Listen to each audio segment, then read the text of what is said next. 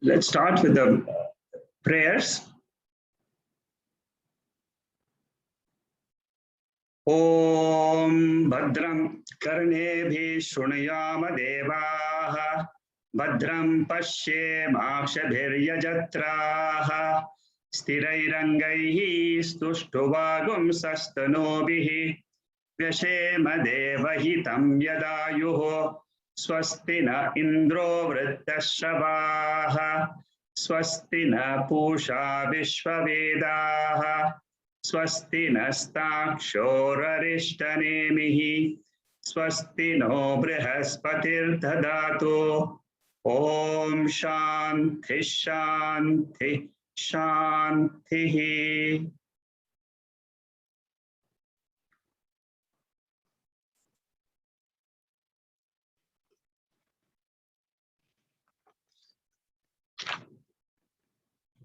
We are doing Mandukya Upanishad, a very beautiful Upanishad.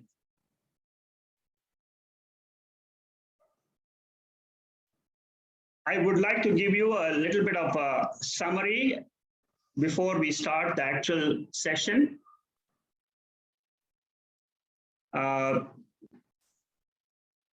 Where we stopped last week, we are doing chapter 3, 3-Advaita Prakaranam. But as usual, I will just give you a little bit of introduction before we go into the chapter 3 where we stopped. This Upanishad is a very, very famous Upanishad, and it's a very, very well-known Upanishad among the seekers.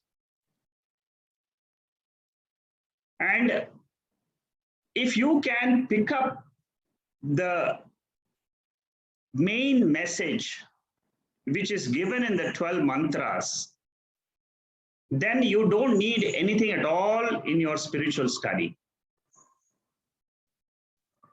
So the primary thing is we should understand the 12 mantras very clearly. And the gist of these 12 mantras is that there is something which I don't know. You must all start with that point, that yes, there is something which I don't know about myself, about this whole creation. We are all used to experiencing 3 states of consciousness: waking, dream, sleep. This is our regular daily experience. This Upanishad teaches us there is a 4th state which you are not aware of. The 4th state is called as the state of turiam. Most of us are not aware of this. Before we start the study, they are not even aware of it after they study for 25 years, 30 years. What is this 4th state? How do I experience that separately? How do I experience that together with my body, mind, and this world? This difference, many of us miss out. And this is where I want to focus today, to explain to you how to notice that difference. In order to do this, we should understand the 4th state. I'm just going to use some specific words to explain to you. They may be slightly different, but I'm just going to, in order to explain and to differentiate what is this 4th state, I'm going to use a word called as existential self.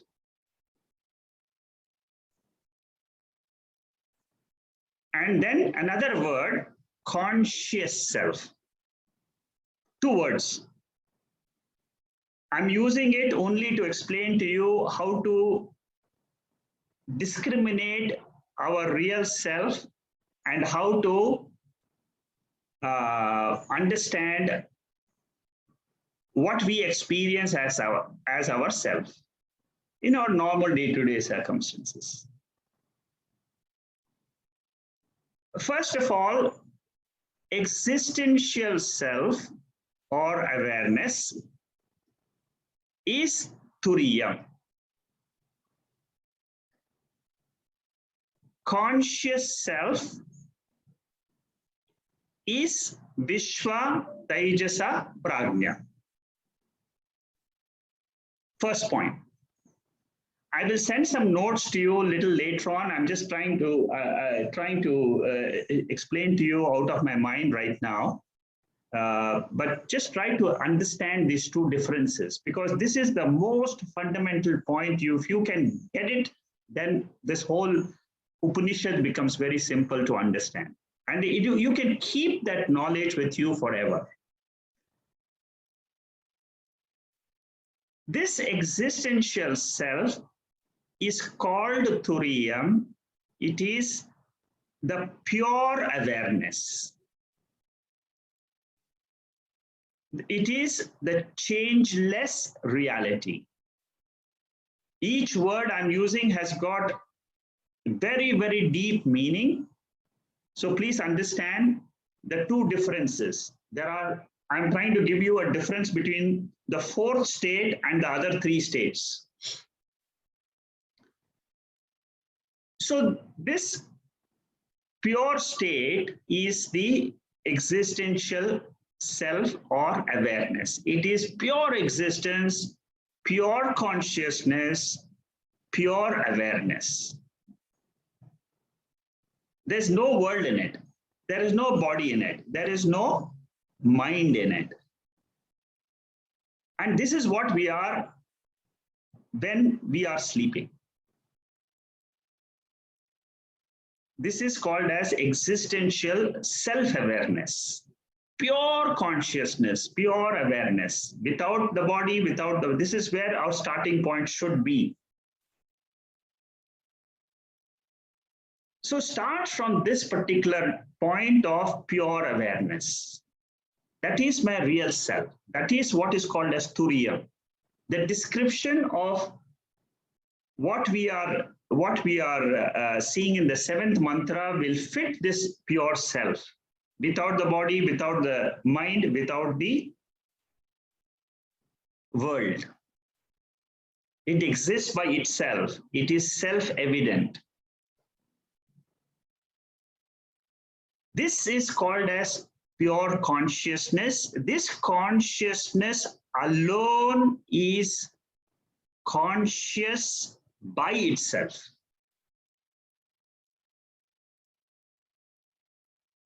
If you follow these indicators, you will easily understand the Turiya. There is nothing else in this universe which is conscious of itself. So this Turiyam, this fourth state, I have to figure out what it is. Till you figure out what it is, you should continue the study. Because that is the truth. So it is the unchanging reality. And what is the other one? The other one, I am telling you, it is conscious of something. I am conscious of the body. So the other one, the second side is the ego I. Right now, we all take the ego I, the conscious of the body, conscious of the mind, conscious of the world. Together, we call it ego I. This ego I is a reflection. It is not the original. It is just a reflection like you see in a mirror. It is not the original entity. The original entity is that pure Turiam I. This ego I is the waker I, is the dreamer I, is the sleeper I. So consciousness invested in the body, mind, and in the intellect is different than the original consciousness without any investment at all. Pure, that is what is called as existential self-awareness. It is self-evident. It is reality. It is the pure being. It is eternal. It is timeless. It is the starting point of life. It is intuited through pointers. It cannot be described. It is intuited through indicators. Everything else is aware through the thought process. Everything else, body, mind, world. Try to understand the difference now.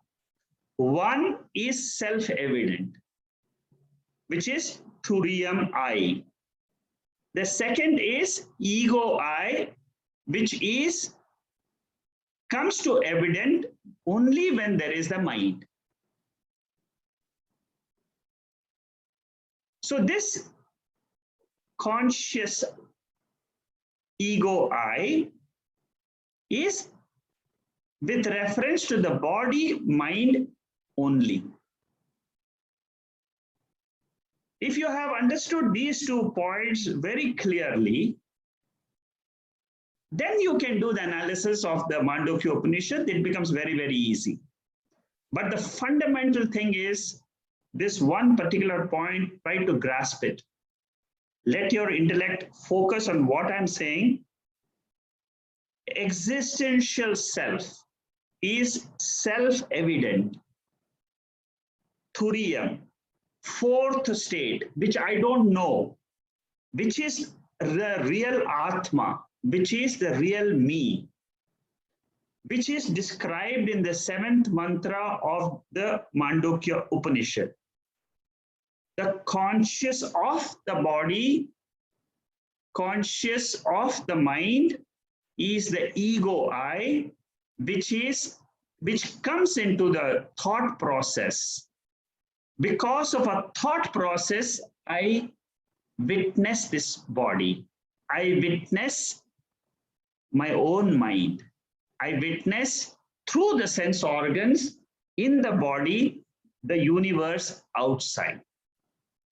In the pure consciousness, there is no inside, outside, nothing. It is purely existential consciousness, self-awareness, turiya, real I. In the conscious of, that means when I have the mind process, then the 3 states, they start. Whenever we can crush our thoughts, what happens is we lose our identity. Who am I? That is what happens in sleep. So who am I? If you want to answer that question, the truth of the I is the Turiya. Whether you understand Mandukya or not, that is the truth.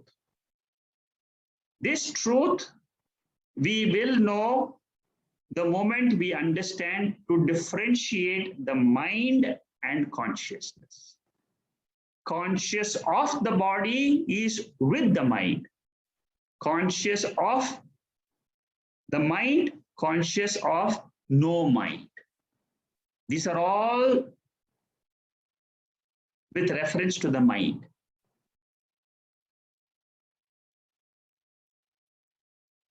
Then, if this is understood, now let us try to understand the waker, dreamer, and the sleeper. Waker is given an identity. It is the self. It's a waker self. is called as Vishwa.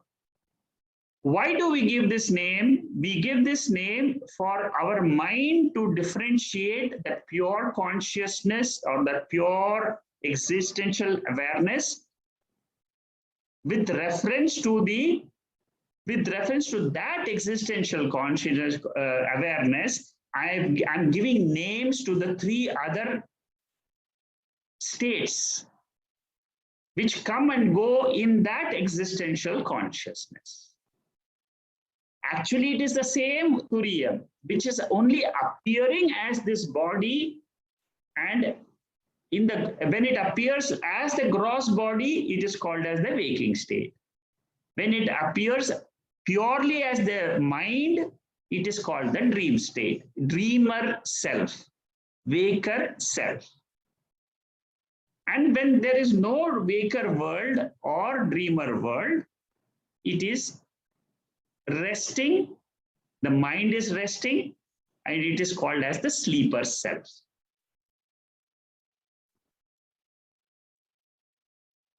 These three are the same. It is just a reflection of that pure turiam I. It behaves, that pure turiam I behaves differently in these three states. And that is why it is called as Advaitam. Advaita means it is non-dual. That pure awareness, only pure awareness is non-dual. Non-dual means Advaitam. There is no duality. Because these three states are nothing but appearances coming and going from that pure existential awareness. This existential awareness is my real self. It is always it is self-evident. It is always existent. It never goes out of existence. Whereas the body, mind, and this world, they are appearances. They are not existent by themselves. They depend on this turiam for existence. That is why we say it's conscious of. When we are conscious of something in the gross body, conscious of the gross body, then we see the gross world. Conscious of the mind, we see the dream world. Conscious of the ignorance of no world. In sleep, what happens is there's complete blankness. Complete blankness. At the same time, I am having a restful, peaceful sleep. In that sleep condition, there is this turiam. That is the most critical point of Mandukya Upanishad, which Gaudapadacharya, the Karika commentator, he points out this and says there has to be a recorder, a continuous entity to record the experience of the waking, dream, and sleep. Because as soon as we get up in the morning, we say, I went to sleep, I was the dreamer, I was the waker. With the help of Mandukya Upanishad, we have to say that I, which never slept, is this existential awareness, the pure, unconditioned awareness. Whereas the waker I, dreamer I, sleeper I, those are conditioned. They are conditioned by the mind. Only with the help of mind they come into existence. Now you will be able to understand the nature of the mind also, because the nature of the mind is these three. Mind with reference to the waking is with the sense organs. Mind without the sense organs is by itself is the dream state. And the mind, neither the mind is there, neither the sense organs are there. both are resting, is the sleep condition, which is called as taijasa, which is called as prajna. So three states are called Vishwa, Taijasa, Prajna. And what is that pure existential awareness? Turiam. These are all names for us to only use only up to the point of seeing the differences. Once your intellect has picked up the difference between conscious of something and pure existence, then there is no problem. These are all words which are used from the scriptures. That is why it is called as Shabda Pramanam. So when I try to use a reasoning which is called as Anvaya Vyatireka, when I use the reasoning in Sanskrit, it is called as Anvaya Vyatireka. How do I use this logic?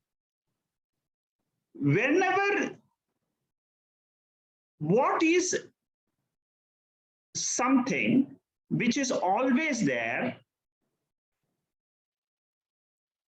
comes out in this logic, in this logical process. When I employ this logical process, Anvaya means it exists together with the conditions. That means the Turiam exists together with the Vishwa, Taijasa, and Prajna.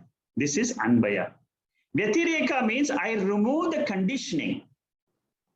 When I remove the conditioning of the mind, which is the sleep state, what remains is this pure self, which is this Turiam self.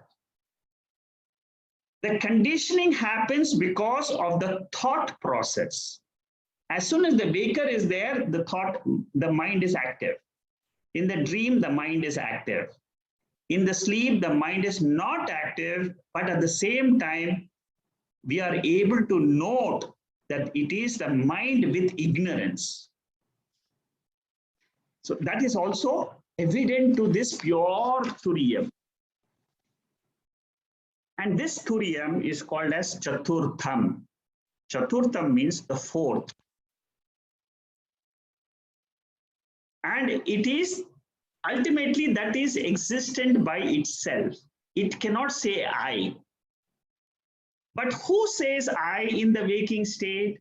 It is a mixture of that Chaturtham existential awareness and the mind. I am this body. I am this mind. I make a mistake here. That mistake is called as adhyasa. Through this spiritual study, we are removing the superimposition. We are removing the mistake. We are removing the error.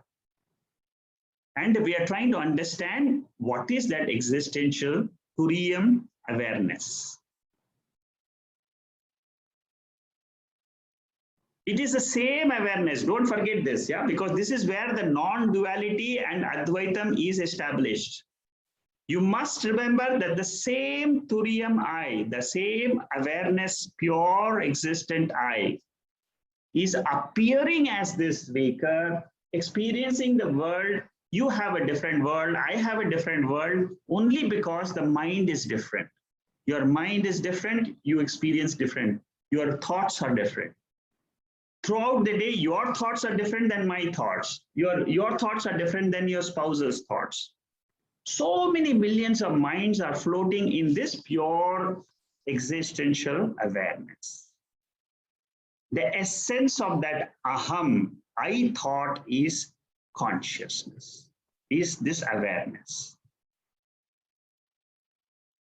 We have seen Prapancho Upashamam in the second chapter.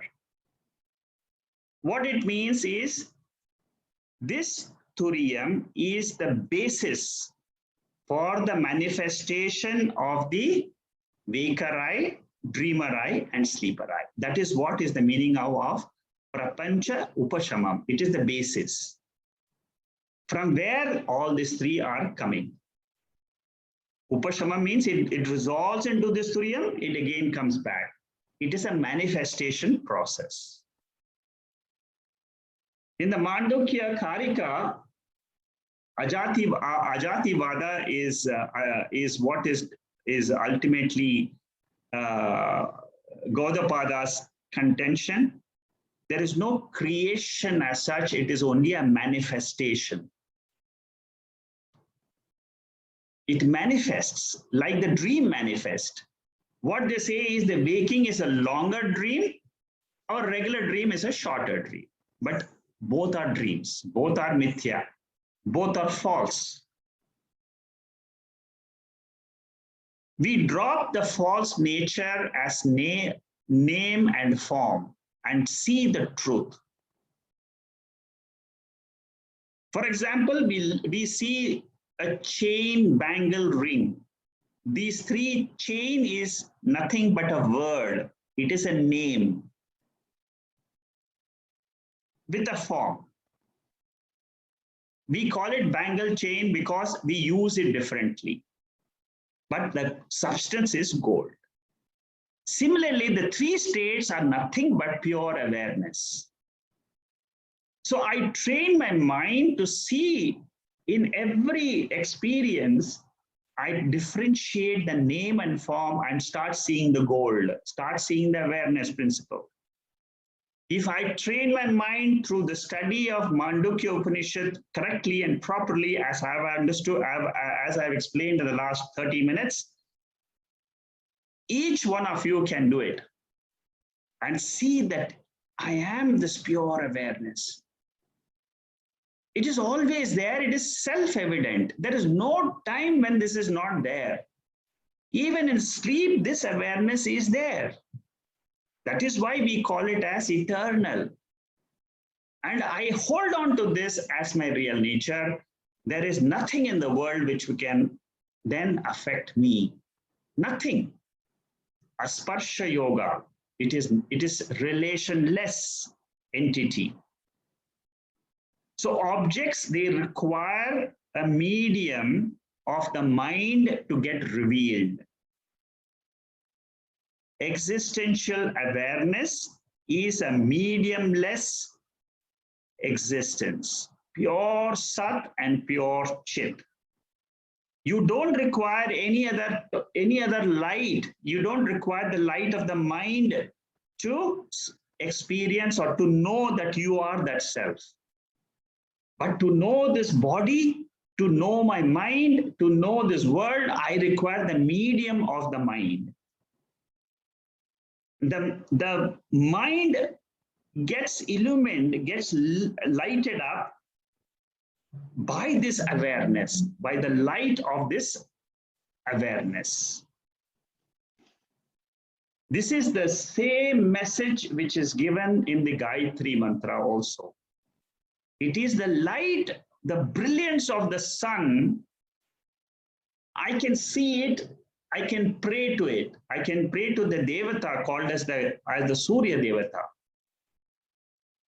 It is a physical form of this awareness, this existential, pure awareness. It is a physical form of that. So when I chant the mantra, Gayatri mantra, Om Bhur-Bhuvasva, Tat Savitur-Varenyam Bhargo Devasya Dhimahi Dhiyo Yonah Prachodhyat. When I chant that, what it means is, I am again trying to say that I am trying to remember this same existential awareness, which is the one behind the sun's brilliance.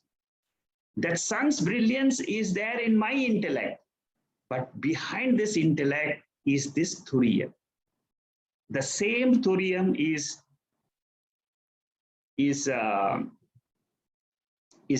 what is revealed in the Gayatri mantra. Shankaracharya has written a bhashyam, a commentary on Gayatri mantra. If you are able to get hold to it, very beautiful mantra, a very beautiful commentary. These commentaries are something which take your intellect very, very deep. And in that mantra, Shankaracharya reveals this fact that it is the same Tattvamasi. It is the same I am Atma Brahma. Same Aham Brahmasmi, which is revealed in the Gayatri Mantra. And he has given a certain logic, a certain explanation in that bhashya. This pure awareness, it joins the prana and manifests as life.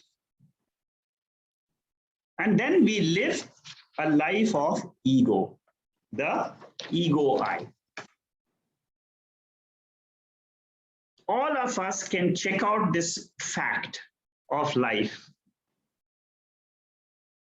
What is the what should I experiment? Think of what is the thing which is conscious by itself. You will never go away from that existential consciousness because it is conscious by itself. Everything else exists on borrowed consciousness. The body, mind, the world. They are inert by nature. They are not conscious by themselves. They are all anatma. Ghatavat, like pot. Body is like the pot. Without the awareness, the body is like a pot. Drishyatvad. Ghatavat. That means it is seen, perceived. Whatever is perceived is inert. Whatever is inert is finite. It is perishable. But what is consciousness, awareness? It is the pure adrishyam, not drishyam, adrishyam. This consciousness, this pure awareness, existential awareness is what is called as Sat and Chit. Sat because it exists all the time, independently, self-evident. Chit because it is conscious, it is shining. Sat and Chit always go together. Sat is Chit, Chit is Sat. Whenever you say something exists, pot exists, mobile exists, laptop exists, that existence, Sat, is from that pure existential awareness. They all come to light in the light of awareness, consciousness. But this is the way I see the universe after the knowledge of Turiya. I see it with a different light. This light belongs to the core of my personality, and that is the fact, it is the ultimate truth. So with this, I will stop my summarization of this Upanishad, a very beautiful Upanishad, and I will send you some notes on what I spoke today so that you can go through this, understand every point which I have said in these 30-40 minutes. If you have understood this, you have understood Mandukya Upanishad, because this is the crux. It is Advaitam, non-dual, because it alone is this existential awareness, pure awareness. Why I use the word existential is because it is Sat. And awareness because it is Chit. In this Sat Chit light, the whole body comes, the mind comes, the world comes, and then it goes away. What comes and goes is not me. What illumines this is the real me. I didn't know this truth before. This truth has been revealed by this Upanishad. And once I understand, once my intellect is able to pick up this, the fine, subtle knowledge which it is trying to reveal, I can apply this into my life. I can see it for myself. I can experience this Turiam. What is this Turiam? It is me. I can experience it. I can explain myself, my real self, with the help of the avastatraya viveka. The Shakti, the power exists in the intellect to understand the self. Each one of us has that Shakti, has the power. Everybody can understand the truth. We have that power in the intellect. It is only a proper guidance, a proper knowledge, a proper methodology, a prakriya has to be used, which is what is called as anvaya vyatireka. Coexistence, co-absence. When you go into coexistence, co-absence, what comes out is the invariable factor, which is this awareness, which is this existential pure awareness. I start my life with that. Then you will understand the truth correctly. When you start analyzing and understanding life as the body in the waking state, you are making a mistake. You will never get to that truth, because the truth is hidden. It is hidden behind the mind. Mind cannot think of that. Achintyam. Achintyam means mind cannot think. Avyapadeshyam means I cannot describe it. I cannot hold it. Agrahyam. It is Shantam. It is Advaita, Advayam, non-dual. This Mandukya Upanishad uses the methodology of Neti Neti in the 7th mantra. It is not conscious of the external world, that is with the medium. It is not conscious of the internal world. The Turiam, pure existence, is not pure existential awareness, is not that. It is not Bahish Prajnam, it is not Antar Prajnam. It is not the one which is seeing the thoughts. What is seeing the thoughts is the reflection of that, the reflected consciousness, reflected awareness. But we must note not the reflected awareness, we must go one step behind and note what is that which is alone by itself. That is the Turiya. Okay. Now let me go back to where we stopped last week. And it was in Advaita Prakaranam. We were discussing this absolute reality. This absolute reality is Turiya. See, now when I discuss these slides, it's very easy for you, because I have given you the entire background of the Mandukya Upanishad. With that background, if you understand these slides, it is very easy, because then you will understand what is the meaning of all this. So here we are talking about the existential awareness, which is not a waker, not a dreamer, not the sleeper, but it is the Turiya. So Gaudapada negates the Jiva and Jagat Srishti and concludes that they are appearances. Jiva Srishti is what? It is the thoughts which I have in my mind. Jagat Srishti is what? It is the world created by the Lord, by the Maya Shakti of the Lord. The whole, I mean, whatever I see, the mountains, the rivers, the whole, the bodies, the gross bodies, the subtle body, the causal bodies, everything, the 7 lokas, everything is all Ishvara Srishti. Ishvara Srishti means it is created by a power. What type of power? It is the same type of power like I have a power to create a dream world. It is called as Nidra Shakti. The power of the sleep state, the tamoguna, the power that what happens is that can create the entire dream world. So this existential awareness has got that power to create this entire universe. That is why it is called as, when you want to refer to that existential pure awareness, you say it is Jagat Karanam. It is a indirect way of trying to understand that pure awareness.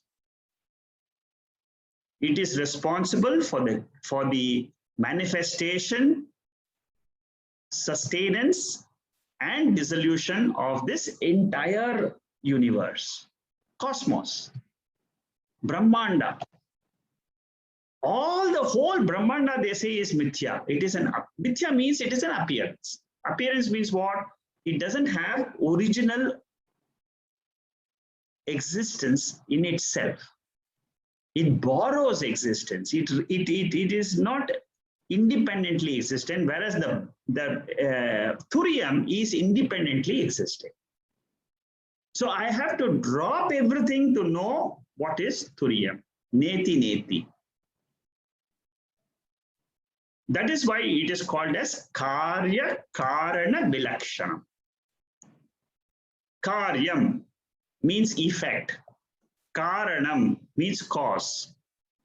In this world, we see there is a karanam and there is a karyam in the waking world.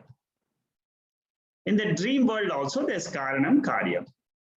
The sleep state is supposed to be the karanam, the original karanam for the dream state and the waking state. This is what was described in the 6th mantra of the Mandukya Upanishad. But what is this turiam? What is this, this pure awareness? It is neither karanam, because when the world is not seen as in the sleep state, it exists by itself. It is neither karanam, that is why it is called as vilakshanam.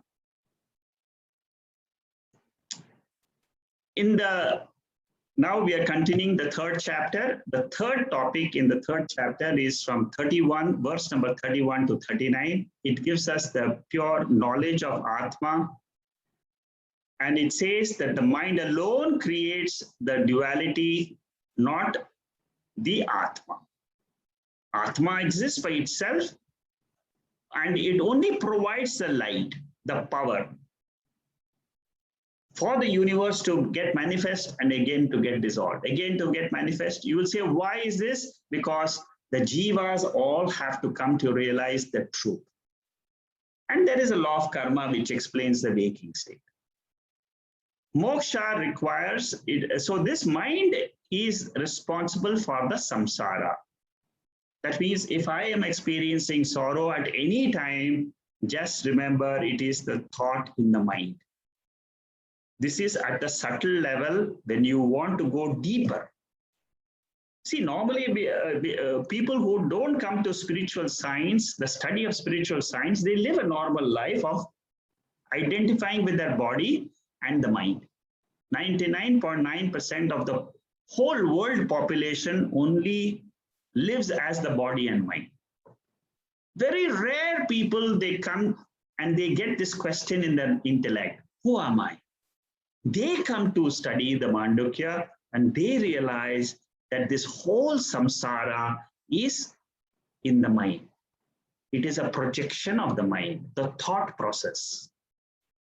Moksha requires only tackling this mind.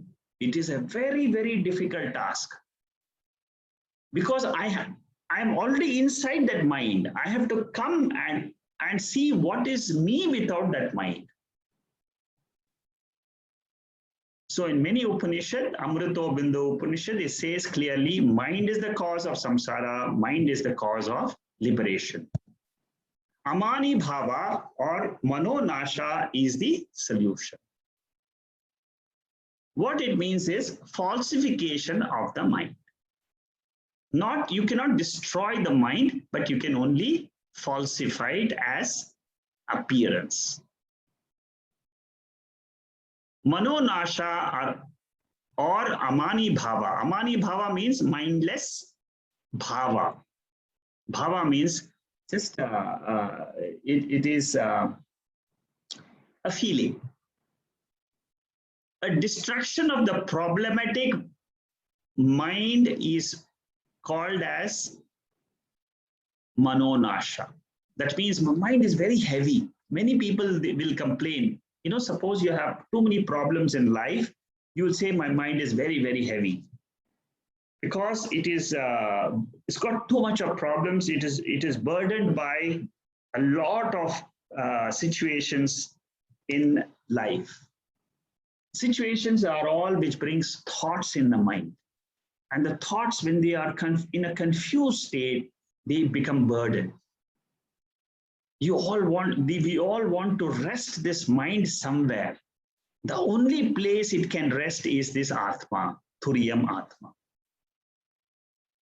And I try to replace this burdensome mind with an enlightened mind. By destroying the ignorance in that mind, I bring the light of turiam I, and the mind cannot exist anymore as an ignorant mind. It exists. The mind will exist until the body exists. Body and mind are always together. So manonasha means destroying the ignorant mind with knowledge. Understanding mind as mithya. Mithya means what? It is false. It is an appearance. It doesn't have its own existence. It depends on the light of Turiya for its existence. Once this is understood, then that mind is as good as no mind.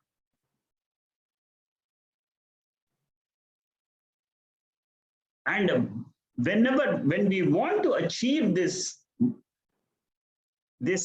state of no mind or amani bhava, it is only possible, I repeat, it is only possible by the knowledge of Atma, which is Turiya, that existential awareness. Not conscious of. Conscious of is the relative state. It comes and goes. It goes off in sleep. Again it comes, again it goes. What comes and goes is like the rope snake. It is coming because of the mind's projection. And that is why we say it is mithya. It is a wrong understanding of the adhishtanam, which is the atma, which is the turiya. It's very easy for us to understand that the dream is false. Very easy. Everybody will know. As soon as we wake up in the morning, the dream is falsified because it goes away. Similarly, when we awake to this, when your enlightened mind awakens to the knowledge of Turiam, which is an independently existing fourth state, then what happens is, then the whole waking experiences, all that is negated. What is badaha, what is negated is always a false appearance. Mithya. If you cannot negate the world, then we can never understand Turiam. We will never be able to achieve Moksha. Because the world can be negated when it is not a part of the mind, and when the mind, intellect is able to get this power to see this, know this, recognize this, cognize this, then we say it is amani bhava. Amani bhava means mindless feeling. Moksha is mithyatva nishayaha. It is nothing else but saying that my experiences in this waking and the dream are just appearances. They will come and go because of law of karma. The law of karma decides the mind. The law of karma decides the body. The law of karma is based on the impressions of punya papam in the karana sharira. So that is all explainable.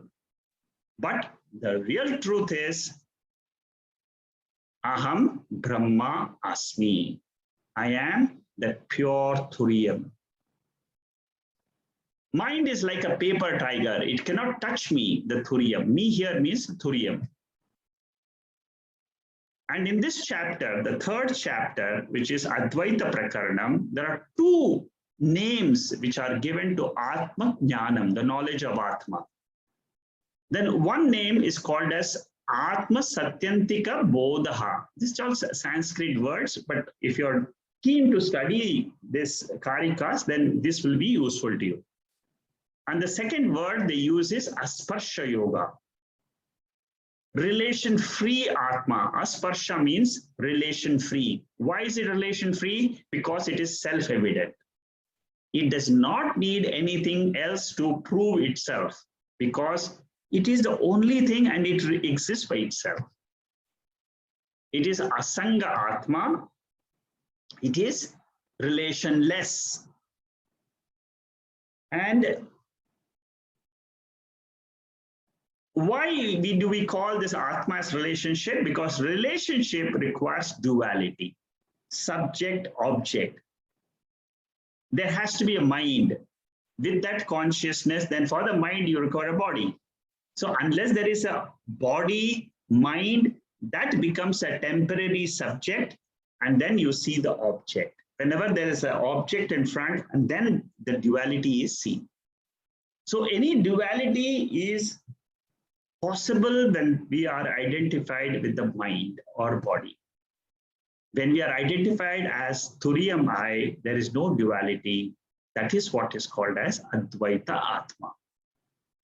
That Advaita Atma, there are no two consciousness in the universe, only one consciousness, which is one awareness. In that awareness, every other body comes and goes. Your body, my body, everybody's bodies are seen in that one light of awareness. So the ultimate security is not in this house, external house, or because I'm a husband or a wife or a father. These are just the names and roles given to the body when it has to perform certain duties. But the real security comes when I know this Turiam I. That Turiam is not anywhere else, but it is my own Swarupam. Swarupam means nature. What doesn't change is called as nature. Swarupam, Swarupam. My own Swarupam is this pure awareness, existence. That pure awareness and existence is bliss. It is bliss because it is got no sorrow in it. It is revealed by the Upanishad itself. It says it is auspicious, Shivam, Shantam, peaceful. And for happiness, you need peace of mind. Without the samatvam in the mind, you can never know what is this absolute peace of Turiya. The fourth topic, we will take it up next week, and then we'll conclude this fourth and fifth topic. We will take it up next week, and then we will go to Alata Shanti Prakaranam, which is the chapter 4 of the Mandukya Upanishad. So I will stop here. The fourth topic is Nididhyasanam from 40 to 47, and the fifth topic is conclusion. Just one verse, it concludes the entire third chapter. Or I'm thinking I might just take another 5 minutes extra and finish up this, and then we can probably start next week, chapter 4. Yeah, I think I'll do that. Either 5 to 6 minutes, I will finish this. The fourth topic is from verse 40 to 47. And it clearly says, who is a adhikari? Adhikari means who has got the qualification, who is the sadhaka, who is the seeker, who will understand this atma as turiya. It is not the mandhadhikari. It is not the madhyama adhikari. It is the uttama adhikari. And what is the difference between the three of them? Adhikari means the one who has got the purification of the mind, which means he has got sadhana chatushtaya sampatti. You know what is sadhana chatushtaya sampatti? Viveka vairagya, samadhi satka sampatti, and then mumukshutva. 4 things. So it's all there in the Tattva Bodha. So this mandhadhikari, who doesn't have purity, who doesn't have the vairagyam or the viveka shakti in his mind, he will not get this turiya jnana. Who is a madhyama? He receives the jnanam, understands, but he doesn't know how to internalize it. That means he doesn't get the phalam, the fruit of this knowledge. He has to do nididhyasana. Nididhyasana means he has to sit down in meditation, bring the thoughts about Atma, own those thoughts, bring the thoughts of the body, mind, the 3 states, drop them. This is deliberately done. That is the Madhyama Adhikari. And then he dwells on the teaching. But who is the ultimate Uttama Adhikari, the highest seeker? The highest seeker is the one who has purified his mind by Karma Yoga, Upasana Yoga, and then he has got a trouble-free mind, open mind, and then he keeps the mind open and says, now let the knowledge come in. To that pure mind, the phalam, the knowledge comes, plus the fruit of knowledge, which is mukti, the freedom from the tyrannies of the mind. His mind will get amani bhava. His mind will get the satyatva atma jnanam. And then he will know that this is the final truth.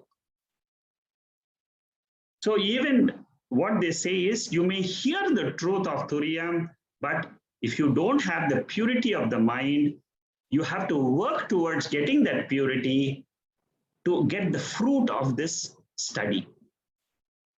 You should feel at the end of the study, I am a pure being. I am a pure, conscious, awareful being. If you get that, that is the fruit.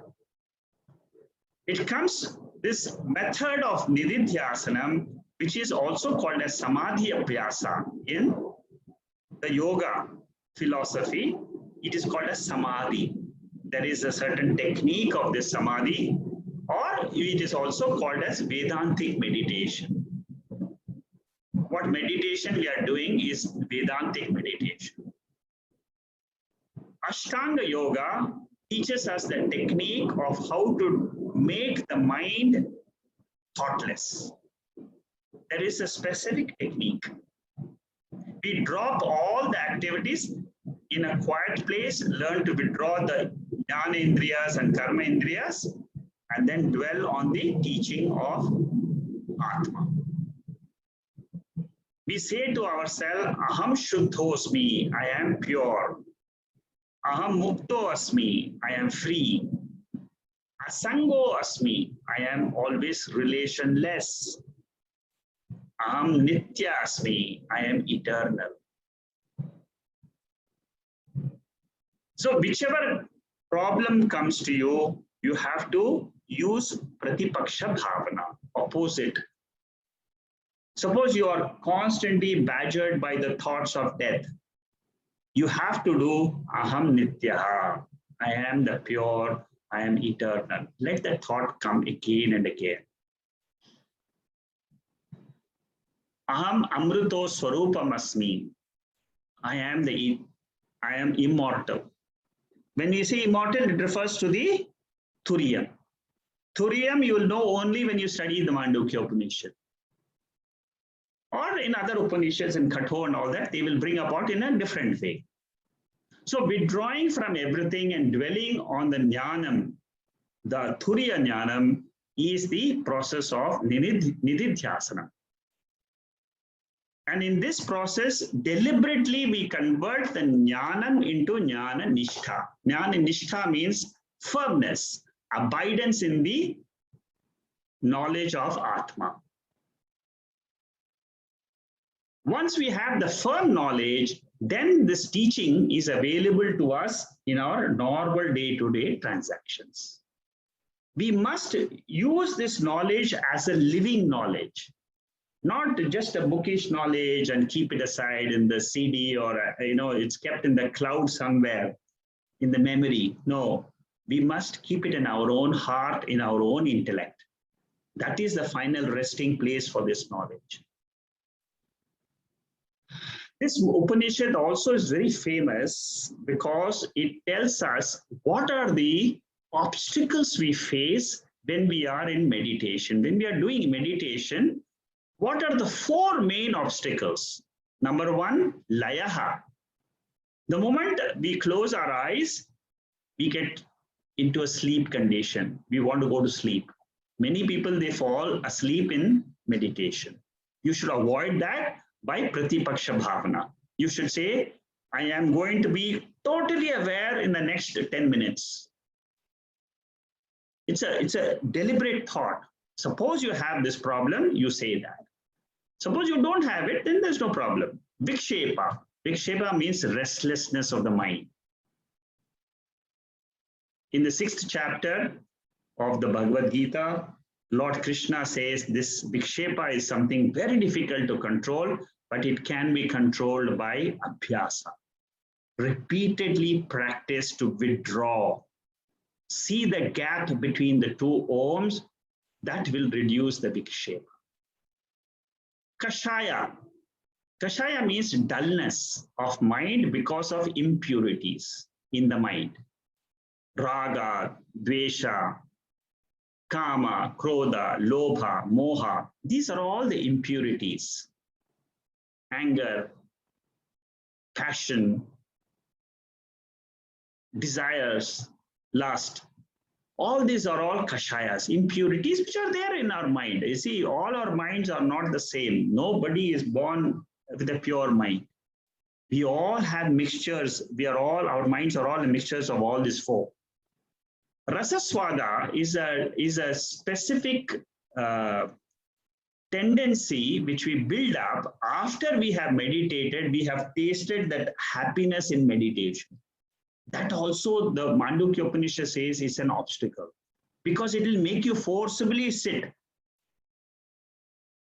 If you stop with the quietening of the mind, this is what is the problem. Rasaswada. You are enjoying the quietness of the mind, but we have to learn to drop this obstacle also and go to this turiam I, which I explained in the first 30-40 minutes of this today's talk. Go through the talk again. You will go to the depth of your own personality. Jnana nishtha and jivan mukti are the phalam. Jnana nishtha means firm abidance in this knowledge of turiam I. And jivan mukti means freedom from the sorrow. Both are the fruits of this whole study of Mandukya Upanishad. Everybody can get it. Go with a full confidence. Yes, I will get it one day. And you will achieve it because it is possible. Many, many people have got it. You too can get it. The last topic in the chapter 3 called 3-Advaita Prakaranam is the conclusion. And it says that the egocentric jiva is ever born. No jiva, the egocentric separative creatures, is ever born. That means it is always dependent on the turiya. There does not exist any cause which can produce this. That means this turiya atma is the highest reality. That alone can be called as real. Everything else is unreal or mithya. It is uttamam satyam. Uttamam means the highest satyam, highest truth. It is the paramarthika satyam. It is the absolute truth beyond which there is nothing else. And whatever I experience, that experienced is called conditioned knowledge, which is pratibhasikam. Pratibhasikam means it is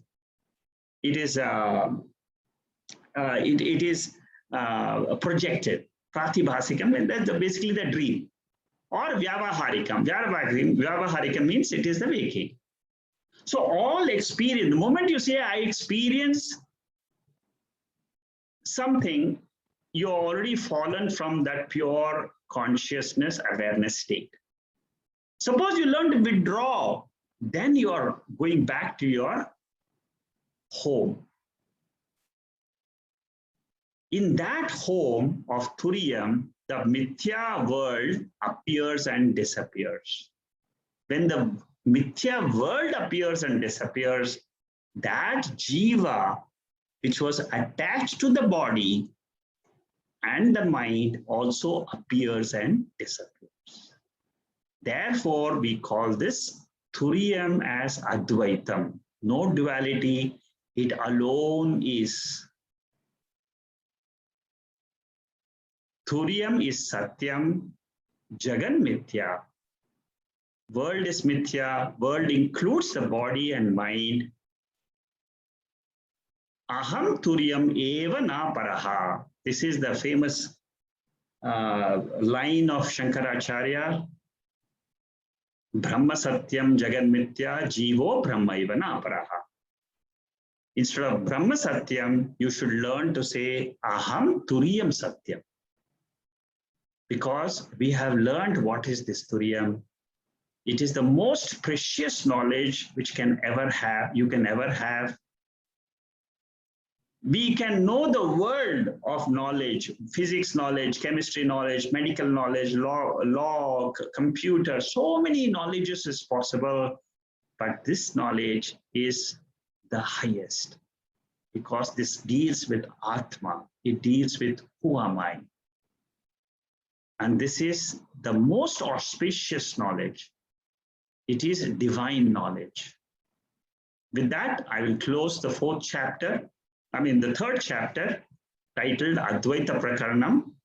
Next week, we will start the Alata Shanti Prakaranam. This is the last chapter of the Mandukya Upanishad, which we will see next week.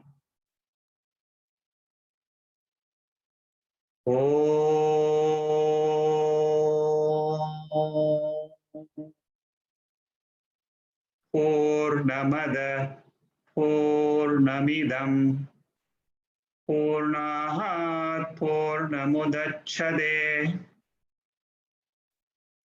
Purnasya Purnamadhaya Purnameva Vasishyade. Om Shanti Shanti Shanti. Okay, I have a few things in the chat board. I'll see if. Okay, there was some disturbance in the before I started because I had to attend to something very, very important. I'm sorry I took 10 minutes to start this session. Okay, so that's about most of the initial messages. Ramesh is asking for the notes on the sapanization. I will circulate in the WhatsApp group tomorrow.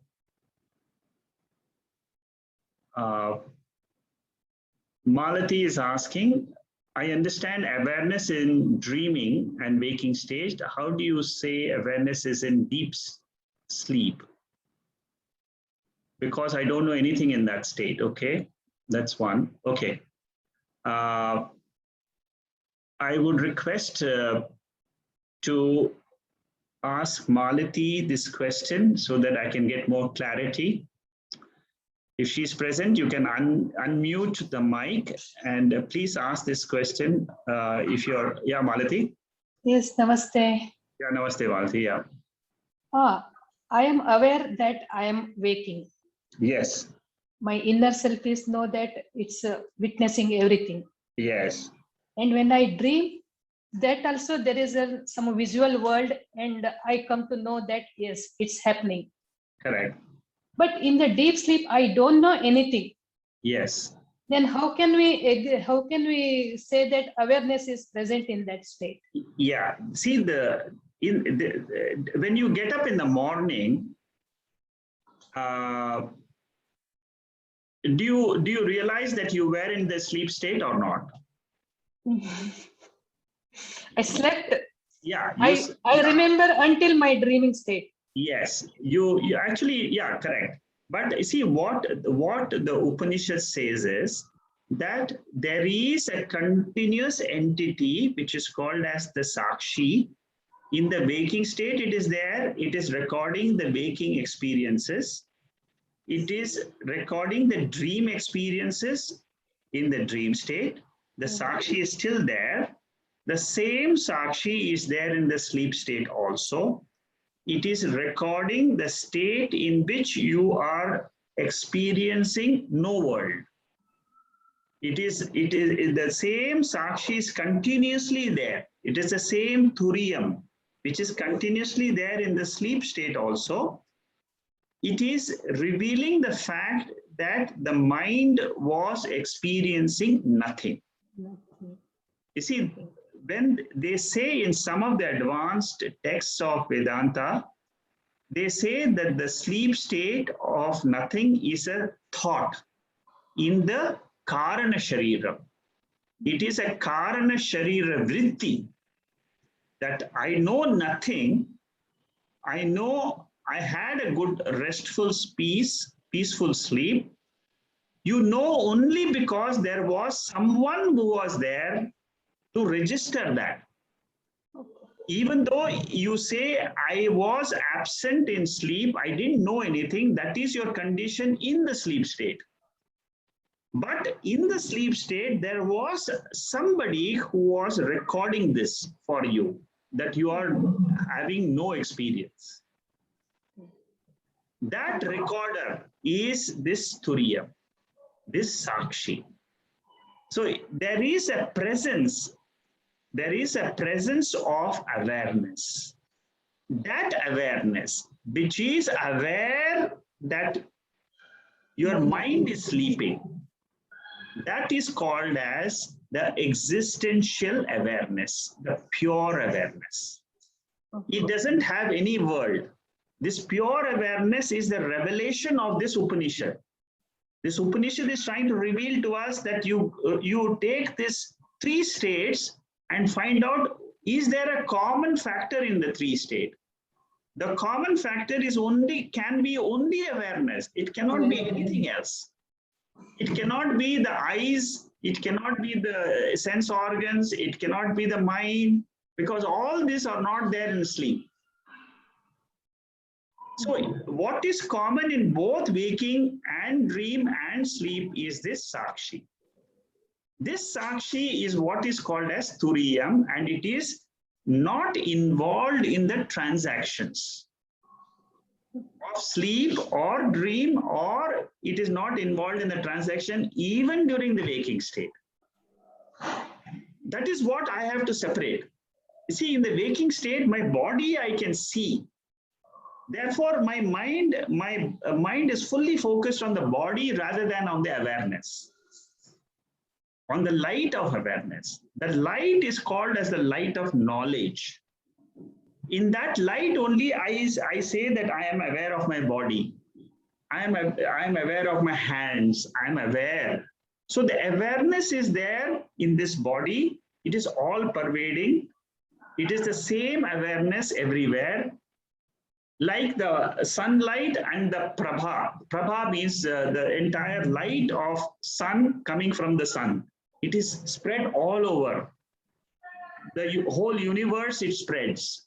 So similarly, this consciousness, awareness, it spreads the awareness throughout.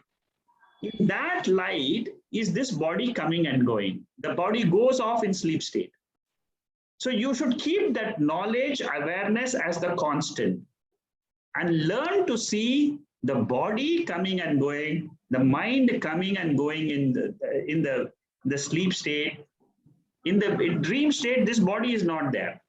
Some other body is there in which you try to experience the dream state. So your question is, you see, you are identifying yourself as this gross body, and then you are saying, I don't experience anything. I am not there. I here means you're not using the awareness. You're referring to the gross body. Experience. That you are referring, when you ask this question, you are referring to your gross body and saying, I don't experience anything. But if you refer to the awareness, you will say, even in the sleep state, I am there as this light of this. You see, how do I differentiate this spiritual light? The spiritual light, you can see, it is this light in which we see the dream. The same light is there in the waking also, which is illumining this body. I can easily note, because in what light do I see the dream? It is in the light of Chaitanya. Chaitanya.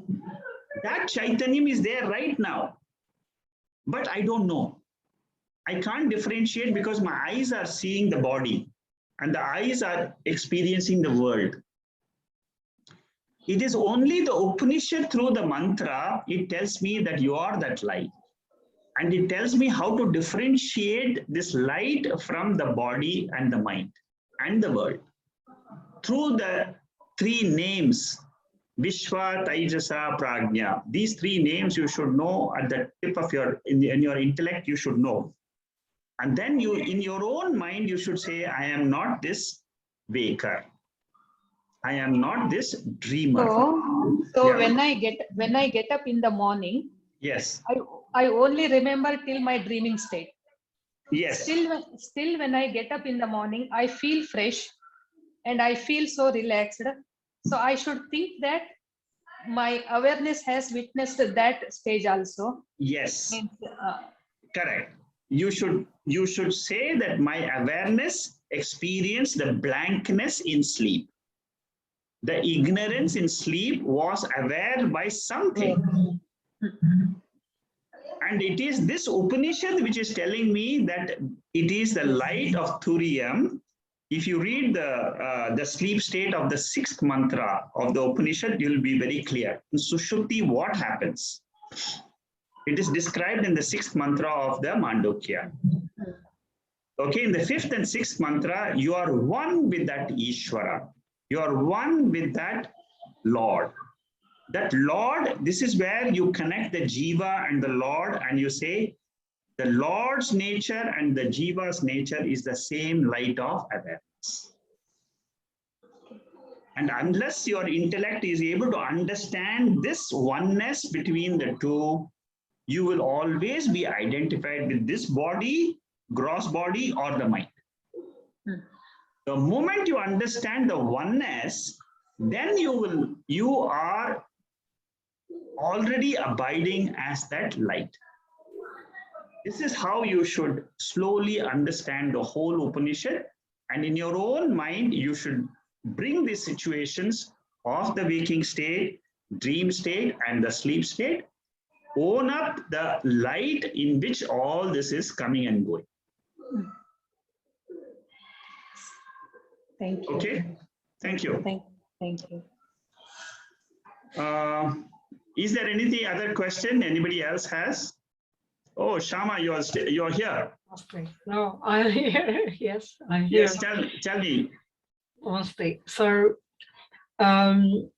just really picking up Malati's question. So, the turiam, I mean, on a ordinary, the three states, the waking, the dream, and the sleep state.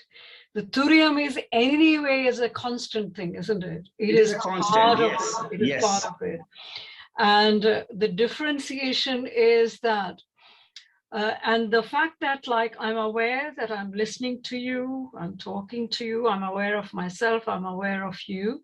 So that awareness is also a part of the same turiam. Yes, it is. It is. It is the same turiam which is there in the waking state. Yeah. And it is that is the power by which the eyes are seeing, the ears are hearing. Yeah. So at some stage when the seeker has advanced to a particular state, I imagine, this is my imagination, that the more, the mind is purified. So you're in that nishtha gnanam. So regardless of whatever, you're constantly in that state. Yes. Yeah. And so, I mean, so really what I'm imagining is that through a proper conduct, we have a proper conduct. We are then developing this character, which is in the 16th chapter, isn't it? All this 26 virtues. So the more and more of those developed. Correct. And plus the intellectual understanding, which we are doing through classes, what you are holding, we are increasingly progressing towards where, if the turiam is just a tiny little bit in my conscious awareness state, it envelops my whole consciousness, even when I'm awake. Yes. Yeah. Yes. You learn to see the turiam alone as the truth. Alone as the truth. Yes. Okay. And everything else is an appearance. Yeah. It's a screen where all the drama is going on. So I don't get attached to the drama. I only see the screen as this pure awareness. And so you're aware only of that Sat and Chit and Ananda. Yes. So there is no division in that. Absolutely no division. It's a divisionless state. It is an absolutely undifferentiated state. I am that pure light. I can remain as that and then conduct my vyavahara. No problem. So whether I'm listening to your talk or whether I'm seeing Taliban in the news, it is the same. It's the same. Okay, you're just watching Taliban, you're watching the TV. It's just, okay, I hear the news, I hear what's happening in the world, I hear the COVID, I know so many cases today in London, and so many problems, and these are all reported by the eyes. It is reported when my mind is awake. That is why I said conscious of. I'm conscious of the body, conscious of my mind. In that mind's consciousness, in that chidabhasa, I experience the world. Right. In the chit, there is no world. In these four components of the conduct, the character, and the intellectual understanding, and the fourth being meditation or nididhyasana. Yeah. Would you say is the nididhyasana, which is the more key element? Or... Yes, it is. It is. Yeah. It's a very, very important step in the realization of Turiya. Yeah. No, it's just really, I'm trying to understand where do I put my maximum effort, Yes, you have to slowly learn to see that learning happens mainly in meditation. Because in the meditation, you are able to focus on the knowledge part of it. Mm-hmm. Pure knowledge. You see, what happens is we listen to these talks. Yeah. But the mind is not able to digest it and assimilate it. There are very few people who can digest the knowledge of the Upanishads immediately. Mm-hmm. That is the Uttama Adhikari. Very few people are there who have already purified the mind. But 99% of the seekers like us, we have to understand the nature of this Atma, and we have to dwell on it. Nididhyasanam is a process of dwelling on this Vedantic teaching. Let the teaching, or you need not sit specifically in meditation. Even while, suppose you're doing yoga, or you're just, in a garden, you're just sitting around, you just be in a garden, and then you let the thoughts of Vedanta come in. Let your mind think of the teaching, just a little bit of the teaching. And you will realize that the more the mind dwells on this teaching, the mind's purity grows and grows. That is the beauty of this teaching. You see, the main problem is our thoughts which disturb us of this world. See, the mind tries to put us back into the world again and again. But the main thing you should understand is, let the mind wander. It will wander as per the law of karma. Till the body is there, you are situated in London, I am situated in Singapore. I will listen to the news of Singapore. You will listen to the news in London. Somebody will be listening to the news in Bangalore, in Delhi, in so many places. So the mind is exposed to the world. Nobody can stop this. It is an automatic process which is happening in the world. And my mind will have its turbulences, but a person who has this knowledge will not get perturbed by them. The mind gets the strength. It will face the world, but it knows that the truth lies in that pure light.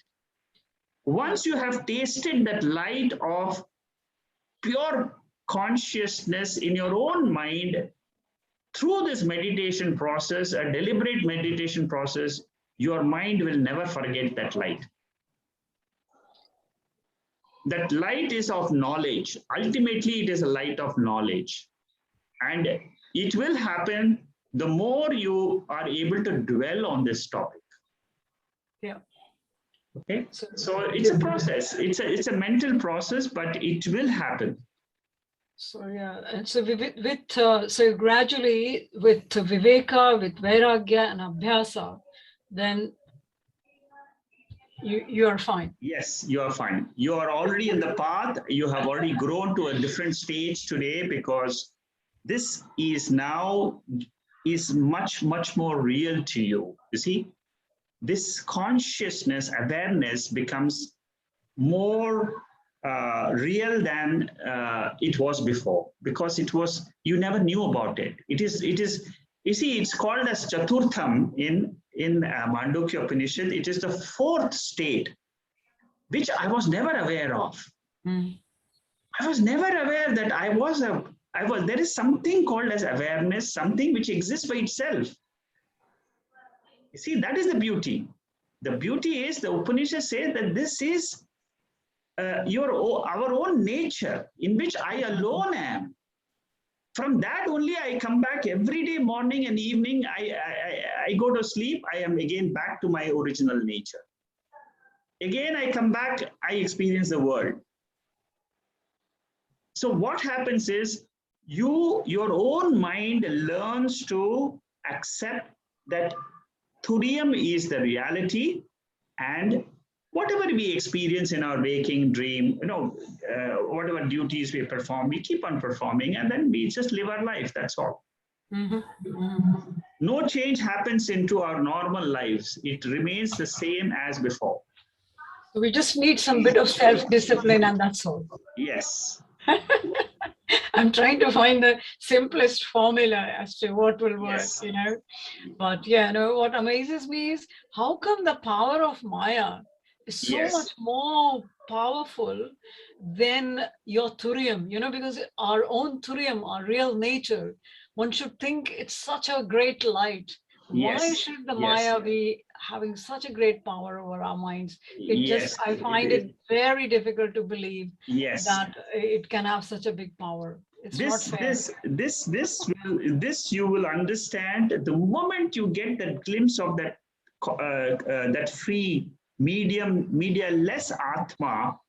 Once your mind is able to appreciate that, then this Maya will go away. Yeah, no, it all makes quite a lot of sense, so I have no problems. Yeah. It will go away. You see, we are not the first ones to study the Mandukya Upanishad. There are millions of people who are studying and who have got the experience of what the Mandukya Upanishad is supposed to reveal. Wonderful. I have to say thank you to you. It's you know, what I hear from others, I try to share. What I read, I try to share. It is a very, very the world is so beautiful. If you really see, it's got problems, no doubt, but there is a unifying force. There is order in this world. Yeah. There is preciseness in this world, and that is all coming from some power. The same Maya Shakti is that power which gives preciseness into this everyday living for each and every being. Our body is working in rhythm. The sunlight is, you know, the heart is beating at a specific speed. Your digestion is happening. The mind is thinking of thoughts. All this, there is an intelligence behind this. Mm-hmm. That intelligence is very, very powerful. It is Sat, it is Chit. That is what is the name given by the Upanishads. That intelligence is called as the pure existence and pure consciousness. In that light is very, very powerful. All this, the five elements are only getting illumined by that light. Yeah. And our whole life is nothing but our mind, which is churning thoughts every single second. And it is in that light I am experiencing my thoughts. Yeah. Your life is made up of your thoughts. Yes. Whatever you experience is nothing but thoughts which are being illumined constantly by this light of consciousness. The thoughts are changing of the world, about your body, about the world you're seeing. Thoughts are changing, but the light is constant. Yeah. Be that light, forget whatever is happening in the thought form. It will come and go. That is what is called as experience. And what is this? This is called as existence. Yeah. And what is impressive since I last was there in your class is that regardless, you know, the external knowledge, secular knowledge, the external knowledge, the non-atmic Atman knowledge, however great it is, it still doesn't hold any chance in front of the knowledge of the Atman. Yes. So regardless of however far you go away, you realize the pull of the Atman is so much stronger. Yes. So much as I'm complaining, I realize this thing. So I just feel now, forget it. So I've written somewhere, self-affirmation. Self means the bigger self. Yes. Self-affirmation, not self-denial. So I've written an instruction to myself. You actually affirm that more. Yes. I am the Atman, yes. Not deny it, which is what in my madness, you know, this is so interesting, that is so interesting, you know, read this and find out this. So I've converted. Yeah. I've converted. You see, but eventually what happens is, this is it's a play of your mind. Eventually, what will happen is, in your own mind, that ego mind which is producing these thoughts will realize that it is not, it knows how to rest in that pure sakshi, pure witness. Yeah, the joy comes from there. Yeah, because that is the source. That is the source from which the thoughts are emerging. Absolutely, yeah. That is the source. For all our thoughts, your thought, my thought, everybody's, Malati's thoughts, everybody's thoughts are all, there is only one source. So I thought it was almost like you have a diamond in your hand and yes. You are spending time collecting little pebbles on the seashore. Yes. What kind of sense is that? That's correct. Exactly. You have described all our life. You know, this is, you know, the moment you understand that I have a diamond in my own heart, there is nothing else. Okay, okay, Shama. Is there anybody else who has got any other question? Hari Om, Reverend Yes. Chandrasekhar. Yes, tell me what's happening.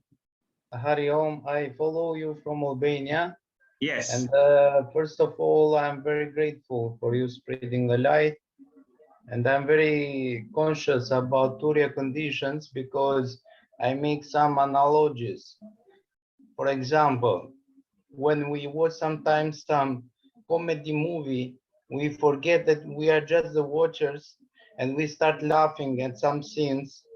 The same thing, it happens in some horror scans. We also forget that we are just watchers. We think that we are inside that part. Yes. And we get scared. And I think this is kind of so-called like awakening conscious, which are like mind tricks. Because Yes. I know that if someone gets hurt, Yes. that awakening conscious learned by the lifetime knows how to put something to stop the bleeding, but the organism itself has the Turiya condition which can heal everything or Yes. can function everything perfectly, which by mind awakening conscious even from the greatest scientists cannot do that. Yes. Anyway, I'm very thankful to all Bharata for spreading the light. Where are you from? Where are you based? I'm from Albania. It is in southeastern Europe. It is a small country in border with Greece and Italy. Which country is it? Albania. Oh, Albania. Okay. Albania. It's near Italy. Yeah. Oh, okay. All right. And what's your name? My born name is Enea. I call myself Nava because my name's Minava, like Okay. 9. All right. Okay, it's very nice to see you here in the session, and I hope you are able to participate in the future. All I can say that is that the wisdom coming from Bharata, it really even in this life, not in the metaphysical, in this life, it releases people from Naraka condition. Yes. Because in the West, people eat meat and play gambling and all these things which really makes the mind really suffering. Yeah, And I agree. anyway, Thank you. Anybody else has a question apart from that? Yeah, Mr. Shekhar. Yeah, Jacqueline, tell me. Yeah, the amazing part is we know that, I mean, based on the study and learning from you, we all know that we are the diamond. But because of this mind that keep on telling us, hey, you have this, you have that, you know, and that is the culprit. And therefore, it seems like, yeah, we know that. That's why, you know, we have to sit. But then on the other hand, we affirm ourselves, it will definitely change. But then it's again, you know, it is the consciousness, it is a light that illuminates us to say, I am, right? Yes. Yeah, that's the amazing part. I mean, of course, you say that, you know, there's somebody out there, is a super creation that, you know, our heartbeat, your heartbeat, my heartbeat, every second, it pop, you know, but then, you know, that's amazing. But then the mind is the one that keep on saying, hey, you sorrow, blah, you know, going on. So yes. So that's how a bit of contradicting to be a human in that manner. I agree with you. You see, it's the mind which is the problem for all of us. You're absolutely right. And it is to control this mind, we have to get this knowledge of Atma. You see, in order to control, you see, how do I control something which I don't know how to control? The only way to control this mind is learn more about this pure awareness. The more you learn, what will happen is your mind will itself start dwelling on this awareness more, and it will withdraw, it will reduce. The impact of the world will become less and less. Yes. I also experienced that. Even if you keep on chanting you know, what you tell us to chant, it make a difference also. Yes. Instead of the, you know, plus the affirmation. Yeah. Okay, very Okay, good. appreciate. Yeah, thank you, Jacqueline. Anybody else has any other question? Rohit, do you have anything? No, Namaste, Shri, it sir. was a Yeah, clear it's class. okay. It's Malte clear. again. Malte again. Yeah, Sir, Nididhyasana. Okay, Nididhyasana means recalling everything what we have studied in the Upanishads and rewinding in our mind. Is that a Nididhyasana? Yes. You see, what you should do, you should write down 3 points before any meditation session. Just write down 3 points which you want to meditate on.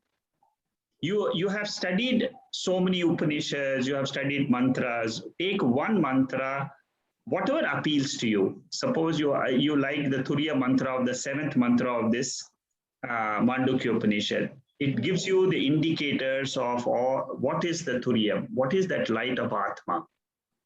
Just take three indicators, you know, and then in your mind you say, today I'm going to focus on this aspect of Atma. Okay. Then, or you can even say, I'm going to focus on this nature of the mind. I am going to observe my mind. I'm going to see what the mind is doing today. Just say, I'm going to be a witness of the mind. Being a witness to the mind teaches us a lot of things about our nature. It just be witness to your mind. Just tell, I'm not going to do anything in meditation. I'm just going to see whatever is happening, I'm just going to observe. So Vedantic meditation means you try to take one aspect and then you say to yourself, Atma, and you should, the way you should do it is, you should not say Atma is Nityaha. You should say Aham Nityaha. That means I am eternal. And then again, let that thought come again. Aham Nitya. Like instead of saying Om, Om, Om again and again, you chant Aham Nityaha and see the meaning of that. You know, try to get that meaning. Aham means what? I am that consciousness which is eternal. It is not the body. You're not referring, because you already when you are sitting in meditation, initially the best thing to do is just observe your breath for the 1 minute. Just 1 minute you spend observing your breath. And then what you do is start your process of thinking about Atma. And then you say, I am not this, I am not this. Keep on, let that be the Nididhyasana process. Okay. I am not the consciousness which is aware of this whole universe. That is what Mandukya says. I am not that external consciousness. I am not the internal conscious of, only conscious of being of seeing my thoughts. I'm not this. I am not the blankness in the sleep state. And then it says affirmations. It says, Aham Shantaha. Shanti is my nature. Not that agitated mind. Agitated mind is not my nature. That comes and goes. Whenever there is a situation which is unfavorable to me, my mind will get agitated. You know, suppose somebody comes and scolds me, why you didn't do this today? Or you cooked something very wrong today, you know, you put too much salt in the dish. Obviously, my mind will get affected. So I am not that mind which is the Vyavaharika mind. In the Vyavahara, there will be a mind which will be affected. But I am the pure Atma. So there are two aspects to meditation. One, you say, I am not this, not this, not this. I am not the body, because the body is born. It is from my parents, the body is given. All of us, we know that. But we are not talking of the body, the physical body. We are talking about the awareness in which the body has come. That awareness has not gone anywhere. It is eternal. It is there before time, it was there. Even with time, it is there. That is what is the knowledge I get. So nitya means what? There is only one thing which is nitya in the entire cosmos. It is this light of awareness.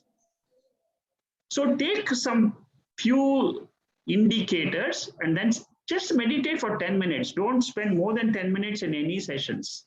Not required. That was my question. How much time I have to give? 10 minutes. And say, I will repeat it tomorrow again. Okay. At the same time, I will again start at 7 o'clock in the morning or 6:30 in the morning or 6 in the morning. The best time is as early as possible in the morning, you meditate. That is the best time. And before meditation, read anything which you want to meditate on. Okay. Read one verse of the Bhagavad Gita. Suppose you like one chapter of the Bhagavad Gita, you read that one chapter, one verse. And tell yourself, you see, this way what you're doing is you're trying to teach your mind that I am in control. I will decide what I will think about.